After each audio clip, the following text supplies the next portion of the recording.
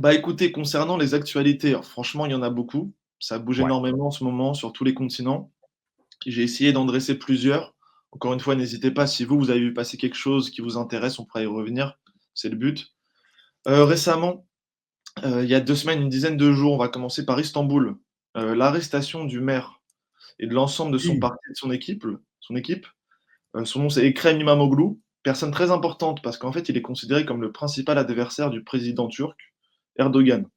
Ouais. S'en sont suivies des grosses manifestations à Istanbul et en fait, tout l'enjeu, c'est que Erdogan, dans son positionnement, si on reste encore une fois sur le prisme international, s'inscrit dans une politique très autoritaire, dans une Mmh. continuité où la Turquie a une velléité d'être une puissance régionale et on pourra déborder sur la thématique syrienne qui est aussi importante, mais on voit que en s en dans la société turque, en ce moment, il se passe des choses et si le principal opposant est mis en prison, c'est qu'évidemment il y a je dirais pas que des suspicions, mais avec les futures échéances des présidentielles, Erdogan, il a peur en tout cas pour sa cote de popularité. Parce qu'il faut savoir que, si je me trompe pas à vérifier, mais l'année dernière ou il y a 2 ans, Ekrem İmamoğlu avait remporté l'élection avec vraiment, des quantités de voix très importantes. Voilà, OK, tu parles des élections, municipales d'Istanbul? exactement. OK, d'accord. OK. Et tu penses pas que le move d'Erdogan est risqué quand même? Parce qu'il risque d'en faire pas un martyr en quelque sorte et du coup se prendre un vent contraire, non? Bonne question justement parce que, un autre élément d'actualité sur, la Turquie, le PKK, c'est le parti pro-kurde. Ouais. Les Kurdes d'ailleurs, c'est une thématique qui mériterait peut-être, vraiment d'être, explicitée parce que c'est pas facile, mais en gros, le parti PKK, le principal, leader est enfermé depuis les années 90 et pareil, je crois que c'est au courant du mois de février ou début mars, il a enfin, signé la dissolution du mouvement après, plus de 20 ans de réclusion, criminelle. Donc, Ah peut-être que dans son calcul politique, Erdogan se dit, «Bah, la prison reste, encore une fois la loi du talion et me permet de naviguer à vue et me permet de contrôler d'une manière précise». ouais, d'accord, OK. Tu peux Et préciser quand tu dis pourquoi la je loi parle du talion? la loi du talion, c'est dans le sens, j'impose la force. OK. C'est-à-dire que je crains pour, ma sphère d'influence et mon moyen de répliquer premier serait la force et du coup, c'est l'utilisation d'un moyen, institutionnel comme, le droit et entre guillemets «la pression judiciaire». Voilà. OK. Donc Erdogan maintiendrait, le maire d'Istanbul en prison pour «mieux le contrôler» entre guillemets. Ça c'est la vie c'est la on va dire, c'est le bilan qu'on peut en faire. Évidemment, il serait intéressant peut-être de suivre plus précisément les accusations pour savoir sur quel article de code pénal turc, se font les accusations, mais ouais, en tout cas, l'idée en termes d'analyse, c'est que, l'opposition est muselée. OK, d'accord. Voilà Et et j'ai observer, tu fais œil pour œil, je pense que c'est pour résumer la loi du talion. Ouais, ouais, mais des fois je vais arrêter sur certains aspects pour que tout le monde soit bien au même niveau d'info, hein. Désolé de te couper de temps en temps, hein, James, tu me dis si tu as non, besoin de faire ça. bien sûr, évidemment. Mais Et merci Observer. pourquoi est-ce que j'ai commencé par, la Turquie? J'avais parlé de l'importance de la géographie.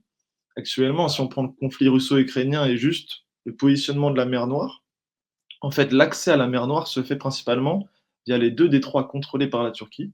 Le premier, c'est le détroit des Dardanelles et le second, c'est le détroit du Bosphore. Et en fait, lorsqu'il y a un conflit militaire, et ça remonte même au 19e siècle avec le conflit en Crimée qui opposait les Anglais, la France à l'Empire russe, en fait, la Turquie peut mettre un veto. La Turquie a la capacité à fermer ces détroits et qui ont pour la conséquence de ne plus permettre l'accès aux navires militaires dans cette zone, tu vois?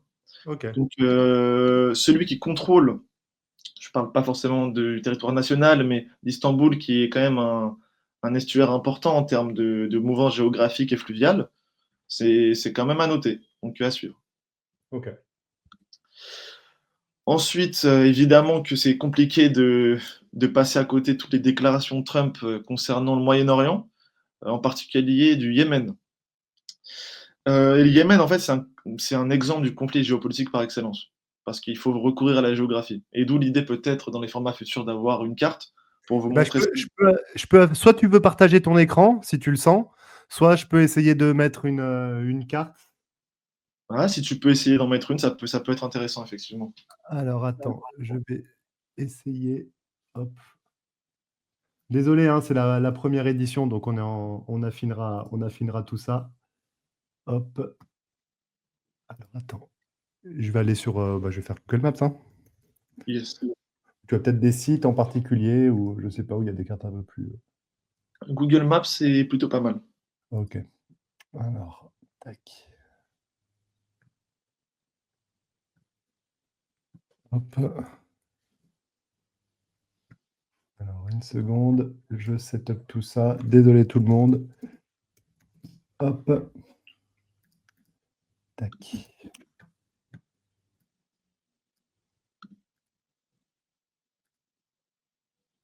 Ça arrive, hein. Hop, alors. Je vais essayer de dézoomer. Alors là, donc, pour vous montrer rapidement la Turquie. Hop. Donc alors, je vais partager mon écran. Hop.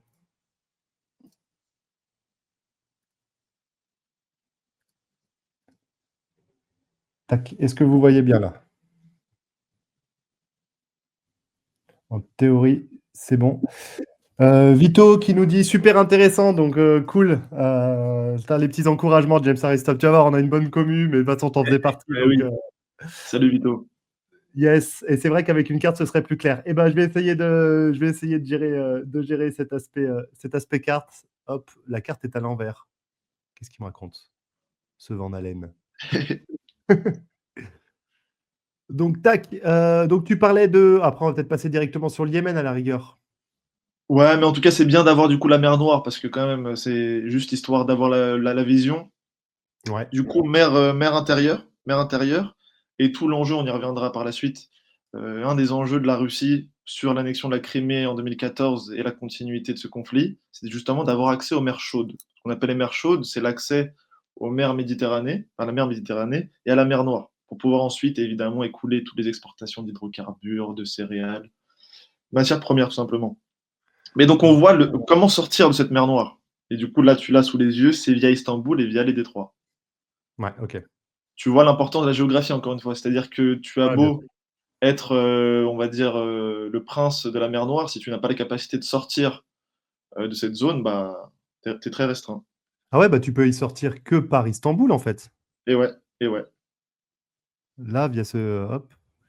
Ici, quoi. Non, c'est impressionnant. D'ailleurs, à Istanbul, c'est une ville qui, en termes d'architecture et d'aménagement urbain, est vraiment magnifique. Ouais, Et ouais, tu ouais. comprends l'histoire. Au-delà, justement, de tout l'héritage de l'Empire ottoman et d'Atatürk en 1923, l'indépendance de la Turquie. Mais franchement, Istanbul, on sent que c'est un espace géographique, c'est une ville qui a un héritage, le poids de l'histoire. Ouais, ouais, tout à fait, tout à fait. Très, très, très belle ville, Istanbul. J'ai adoré. Donc on peut essayer de passer au Yémen. Alors, le Yémen, alors, fais voir Tu là, je peux te juste droit. dézoomer. Ouais. Dézoomer, c'est en gros, tu vas suivre. Tu vois le Koweït? Là, tu peux voir le Koweït. Le Koweït, le Koweït, le Ou plutôt Koweït. le Caire. Tu vois l'Égypte. Tu peux voir l'Égypte. Ouais, ouais, l'Égypte, ouais. Et ben en gros, si tu Ah, navigues ok. vers le sud, Ok. Hop. l'étendue d'eau, la mer Rouge, tout simplement. Ok. Donc, on est Bah là, du ici. coup, tu vois le Yémen et en fait, tu peux Yes. juste agrandir légèrement, mais laisser la région entière en incluant l'Égypte, le Soudan, etc. Ok, comme ça. Ouais, alors Hop. super, parfait, merci beaucoup. Pas de problème. Bah, en fait, la transition par rapport à Istanbul et l'importance de la localisation géographique vis-à-vis du conflit du Yémen, en fait, on retrouve les mêmes vecteurs. Puisque le canal de Suez, qui est égyptien, qui permet les débouchés de la mer Méditerranée à la mer Rouge pour ensuite passer les détroits de Bab el-Mandeb et le détroit d'Ormuz, qui sont ensuite le golfe d'Aden, qui te permet de diluer tes navires dans l'océan Indien et ensuite, bon là je vais loin, mais jusqu'au détroit de Malacca et tu arrives sur le marché asiatique. Voilà. Ok, ouais. Et donc, pourquoi est-ce que les Yémen, faut autant parler d'eux? En fait, ils ont une capacité de nuisance de par la connexité des deux rives, tu vois, Djibouti et Yémen, mais en fait, les Houthis, les rebelles Houthis, Ouais. considérés comme les proxys. Les proxys, ça mérite peut-être une explication. Les proxys, c'est un terme anglais, c'est lorsque Ok. dans un conflit hybride, une puissance utilise un acteur en l'influençant et en lui donnant des capacités matérielles. En l'occurrence, je m'explique, l'Iran utilise les rebelles Houthis dans sa capacité de nuisance au commerce international et aux États-Unis. Donc les Houthis sont à Djibouti. Les Houthis sont au Yémen. Au Yémen, d'accord, ok. Houthis sont au Yémen et il y a une guerre civile, en tout cas il y a un affrontement sociétal qui divise le Yémen, qui fracture. Ok. Ce conflit, il va au-delà simplement de l'affrontement, on va dire, yéménite Houthi contre le commerce international, mais en tout cas c'est pour ça qu'il a pris une place dans l'actualité. À noter qu'à Djibouti, important, c'est un endroit très stratégique pour les bases militaires, à la fois européennes mais mondiales, et la France on en a une. Et c'est une des dernières concessions, en tout cas le bail de concession a été élargi récemment. Voilà, donc c'est un tout petit pays, mais qui a des bases, il y a une base chinoise, américaine, anglaise, française, donc encore une fois, là, plus tu zoomes, plus tu te rends compte que les affrontements sont très très restreints sur une échelle géographique, encore une fois, je veux dire. Ouais, je vois ce que tu veux dire. Ouais. Donc, je disais que c'est l'exemple du conflit géopolitique par excellence. L'impact justement sur les flux maritimes. Le problème, c'est que l'Égypte, qui est du coup au nord, a perdu des redevances, ou en tout cas perd une somme financière importante parce qu'elle ne peut plus toucher ses gains de passage du canal de Suez, ce qui est vraiment notable en plusieurs milliards de dollars. D'accord, parce que là, les navires peuvent pas passer là? Bah, en fait, il y en a qui passent, mais Ouais. premièrement, hijack, deuxièmement, Ah, ok. ils se font cibler par des drones, par des missiles sol-air, et D'accord. ensuite, ils sont détournés et du coup, ça oblige les compagnies d'assurance enfin, les compagnies d'assurance sont obligées paradoxalement à imposer des règles en matière de, de déroulé, on va dire tout simplement, de transit Mhm. à tous leurs clients, de contourner non plus par la mer Rouge, mais par toute la corne de l'Afrique à l'ouest. C'est-à-dire que si tu dézoomes, Donc faire ça. pour qu'on se rende compte, si tu dézoomes, en gros, au lieu de passer par la Méditerranée, tu vas passer par soit les ports d'Anvers, les ports du coup des Pays-Bas, mais tu passerais par toute la côte ouest, c'est-à-dire D'accord. devant le Maroc, Sahara occidental, Mauritanie, Guinée. Donc tu te Ok. rends compte quand même de l'évolution du trajet. Ouais, bah c'est clair, carrément. En moyenne, 4 jours de plus, Ok. ce qui, bon là encore une fois, c'est de mémoire, j'ai pas les chiffres sous les yeux, mais ça a engendré une augmentation des coûts extrêmement drastique. D'accord. Donc là, Parce l'Égypte que peut le pas but, utiliser le canal de Suez comme il l'entend actuellement, quoi. Enfin, comme il voudrait le faire. bah, en tout cas, le fait que les Houthis soient présents et instaurent un conflit militaire, parce qu'il y a des destructions de biens matériels et c'est des Ok. affrontements militaires en fait qui ont lieu. Ok. Les compagnies d'assurance et on va dire tous les frais, tous les containers ne passent plus. En tout cas, le débit est réduit. Et qui dit débit réduit, dit redevance qui baisse pour l'Égypte. Ça veut dire que ce conflit régional qui pourrait concerner encore une fois que le Yémen, on pourrait partir de ce postulat. En fait, tu vois qu'il concerne très vite l'Égypte, qui elle-même perd ses redevances. Du coup, elle a un intérêt à ce que ce conflit se calme. On a parlé de l'Iran qui influence via des financements monétaires et des financements aussi d'acquisition de matériel militaire. Donc tu vois, on en arrive très vite, encore une fois, à un conflit géopolitique. Comment est-ce qu'un élément géographique déboule sur une conséquence plus large? Ok. J'ai une question de MH Aristote qui nous demande: l'État égyptien n'a pas la force et les possibilités de réagir face aux outils, vu le détour qui doit être fait pour atteindre l'Asie? C'est une bonne question, mais en fait, l'Égypte n'est pas en position d'intervenir seule, heureusement ou malheureusement. Elle est excentrée, mais c'est vrai que le détour est pénalisant, mais les possibilités de réagir sont limitées. En fait, c'est un affrontement direct à l'image de ce que fait Trump, à ce qu'a fait, je vais en parler juste après, soit c'est tout simplement une attente, d'une coalition militaire plus large Ouais. pour essayer de, on va dire, restreindre la capacité de nuisance, parce que c'est vraiment le terme utilisé dans les médias, capacité de nuisance des outils. Ok. Et du coup, si l'Égypte aussi commence à répliquer vis-à-vis des outils, il y aura peut-être aussi l'Iran qui sera derrière, quoi. Bah, en fait, justement, c'est là où, encore une fois, c'est passionnant, c'est que l'Iran s'est quelque part enlisé dans le conflit israélo-palestinien en finançant le Hezbollah libanais et Ouais. ouais, principalement le Hezbollah libanais. Donc, en termes de coûts, l'Iran n'a pas forcément la même capacité d'accentuer l'aide au Yémen, tu vois. D'accord. Ah ouais. Donc, on est sur des jeux d'équilibre, encore une fois. Ok. Donc en gros, résumé, au lieu de pouvoir faire ça et accéder à toute l'Asie, bah hop, obligé de faire tout le tour. Voilà. Bon, Ouais. là, actuellement, l'actualité vraiment très très chaude, c'est que Trump, depuis 2 semaines, a largué, a donné des ordres de frappe aérienne, ce qui mérite d'être relevé car il avait promis durant sa campagne et durant, on va dire, les échanges qu'il avait eus avec des journalistes sur la rubrique internationale, qu'il n'allait pas engager des Rangers, en tout cas des boots américaines, sur des territoires étrangers. Tu vois, il y avait Mmh. une volonté disruptive par rapport à l'administration Biden et Obama, par rapport au conflit enlisé en Afghanistan, de non, je ne vais pas déclarer de guerre. Et là, en fait, on remarque que justement, il y a eu plus d'une cinquantaine de frappes sur les rebelles, et là, il y a un pressing qui leur est fait grâce à l'équipement militaire américain. Quand tu dis les rebelles, tu parles du Yémen? Les rebelles Houthis, Ouais, c'est OK, leur d'accord. OK, qualification. d'accord. OK. Tac, question de Vito. Est-ce que les fuites liées au Signalgate concernaient ce conflit? Très bonne question, effectivement. Je ne sais pas si Buty, tu as lu sur ce sujet.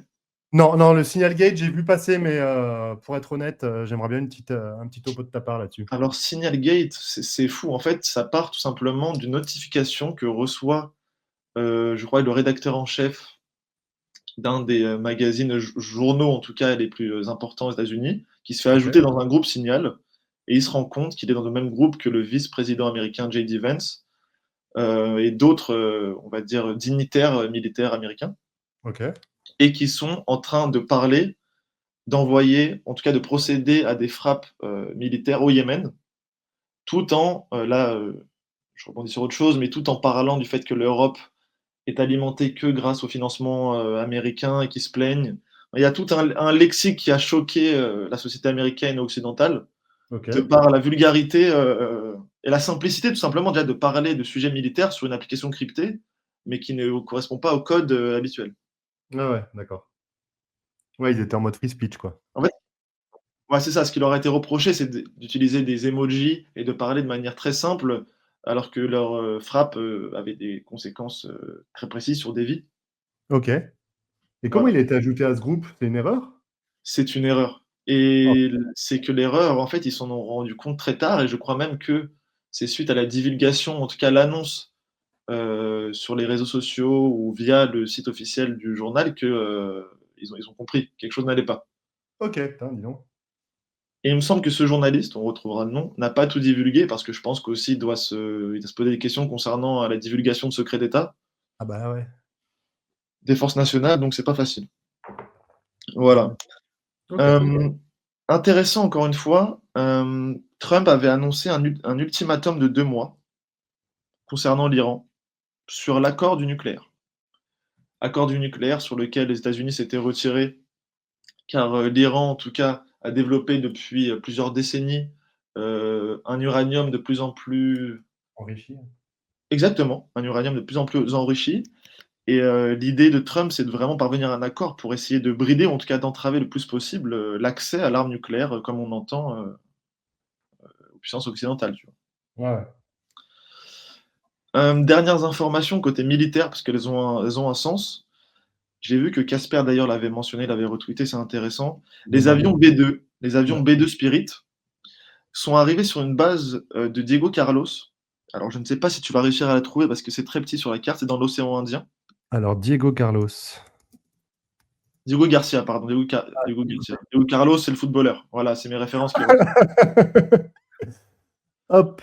Allez, et ben, je pense que c'est ça. Voilà, et en fait, c'est un tout petit atoll qui appartenait en fait, à l'île Maurice et à l'empire colonial anglais, et OK. l'Angleterre, en tout cas le Royaume-Uni, loue cette base militaire aux États-Unis. Pardon. Et OK. récemment, du coup, les bombardiers américains, qui sont considérés comme vraiment stratégiques car ils sont lourds en termes de portée et de dotation d'armes, sont arrivés en grand nombre sur cette petite zone, OK. et en fait, c'est le seul avion américain en service capable d'emporter des armes solaires à distance de sécurité dans un conflit aussi avancé que celui qui concerne les rebelles, Houthis. D'accord. Et donc encore une fois, c'est le plus grand regroupement sur une seule base opérationnelle avancée, de B2. Donc c'est intéressant à noter. Donc il se met à la portée des outils là, en gros. C'est pas qu'il se met à portée des outils, c'est plutôt les outils qui sont, dans le champ de viseur de plus en plus, restreint des Américains, puisque Oui, oui, s'il y a pardon, ouais. ouais, Il c'est se met pour en ça. capacité de pouvoir les toucher rapidement et fortement, quoi. C'est ça, D'accord. exactement. Il leur fait peser la menace. Et encore une fois, là, le point, il est parfait. Tu vois bien que, en termes stratégiques, on est rapidement sur le Golfe Indien, sur la transition avec l'Asie du Sud, la Corne de l'Afrique, de l'Est et le Moyen-Orient. C'est qu'en fait, cette base stratégique permet Ah ouais, d'avoir une capacité d'intervention d'intervention, vraiment d'intervention très vite. ouais, tu peux aller là, tu peux aller là. Ouais, ok. C'est stratégique, c'est vraiment Ok. stratégique. Et Hop. comment tu expliques ce move? De déployer des avions à ce moment-là? Ouais, il veut juste leur mettre la pression pour qu'ils lâchent un peu la bribe sur ce détroit-là. C'est intéressant, je pense que c'est plus qu'une pression parce que, il faudrait, encore une fois avoir tout sous les yeux parce que ça se compte en heures les évolutions, mais il y a un grand nombre de frappes aériennes en cours, toutes les nuits, sur D'accord. diverses installations qui, à un moment, je pense, vont pressuriser les Houthis et qui vont peut-être amener, encore une fois, à réduire leur capacité de nuisance. Ok, d'accord. Mais le move, encore une fois, si on dézoome de ce sujet, Trump veut simplement imposer sa force, pour ses intérêts économiques, avant tout, et pour asseoir sa domination vis-à-vis d'adversaires aussi gros que l'Iran. Parce que lui, ce qu'il voit derrière le Yémen et les rebelles houthis, c'est l'Iran. Ouais. Ouais, ouais, ok, d'accord. Voilà. Ok. Rapide, puisque ça s'est intervenu suite au séisme en Birmanie, catastrophe humanitaire, qui a un lien avec la géopolitique, mais encore une fois, qui a plus eu un volet actuel suite à la catastrophe géographique. Magnitude 7,7, qui a frappé Ouais. le centre du pays, plus de 1700 morts, milliers de blessés. Il y a les opérations de secours sont entravées par les combats persistants entre les juntes militaires et les milices, puisqu'il faut savoir que le Myanmar, c'est le nouveau nom donné à Birmanie depuis 2019. Mhm. C'est un des pays les moins développés de l'Asie du Sud-Est. Et c'est un pays qui, pour la première fois, ou en tout cas le pouvoir de la junte, a pour la première fois fait un appel à l'aide humanitaire internationale, ce qui était assez nouveau par rapport à leur isolationnisme et leur volonté de gérer leurs problèmes en interne. Donc c'est quand même Mhm. à relever. Et la géographie, encore une fois, physique de la Birmanie joue un rôle extrêmement important dans son évolution de l'histoire. On y reviendra, mais c'est un carrefour entre le monde indien et le monde chinois. Donc Ouais. c'est une situation géopolitique dure, parce qu'au même titre que le Tibet ou le Pakistan, la Birmanie, c'est un enjeu de rivalité sino-indienne. Et là, je D'accord. m'appuie sur différents articles, je pourrais les mentionner peut-être à la fin, qui Donc détaillent la ça. Birmanie, c'est une junte au pouvoir. Ouais, tout à fait. C'était Aung San Suu Kyi, c'est ça, hein, non? Exactement, qui a reçu le Ok. prix Nobel de la paix. Ouais, Ouais, exactement. d'accord.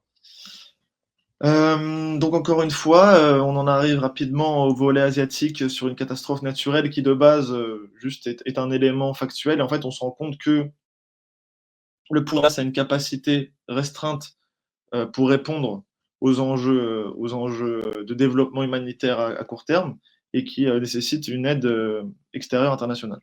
Hmm. Voilà. Repartir, faire un petit lien sur les États-Unis. BlackRock, acteur évidemment dont on entend parler, dans le monde de l'écosystème crypto, a fait l'acquisition, et ça c'est important de le dire, de 2 ports au Panama. Un Ok. sur la côte atlantique et un sur la côte du coup, pacifique. Est-ce que j'ai les noms? Il me semble avoir les noms dans mes feuilles. Bon, Prends 2 minutes si tu as besoin, hein, pas de souci. Le fameux isthme du Panama. c'est ça. En fait, ce sont les ports de Balboa sur la Ok. côte pacifique et le port de Cristobal sur la côte atlantique. Et en fait, Larry Fink, du coup BlackRock, a racheté ces ports à la firme hongkongaise Seikei Hutchinson. Donc voilà.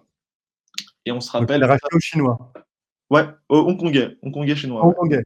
Ok. Et Donc ça, que c'est à mettre en relation, encore une fois, avec les annonces de Trump de vouloir nationaliser le canal de Panama, ou en tout cas en faire son étranger proche sous contrôle total.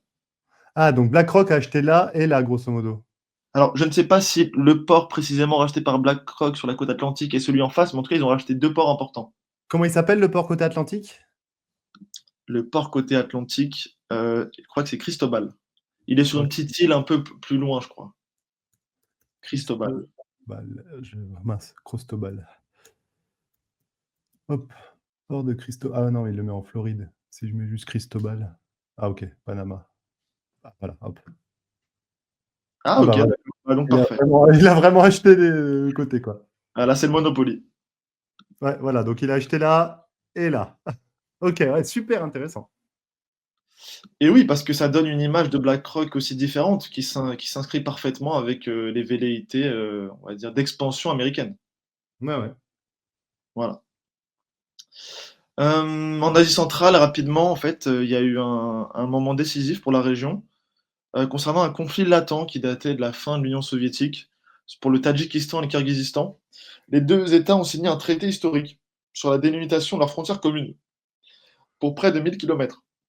Alors, Et en fait Tadjikistan et Kirghizistan, c'est ça? C'est ces deux-là? Kirghizistan et Tadjikistan, exactement. Et en fait, Ok. si tu regardes, c'est là encore une fois, on en revient à la folie géographique. Regarde le tracé des frontières, ce sont les lignes noires. Ouais.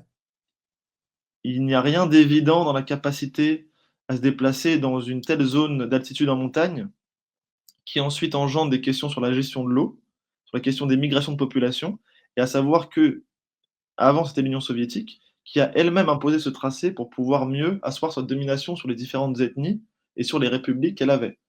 Donc, en fait, quand l'Union soviétique tombe, elle engendre des fractures, nationales et identitaires qui mènent à l'apparition du coup des républiques qui existaient déjà.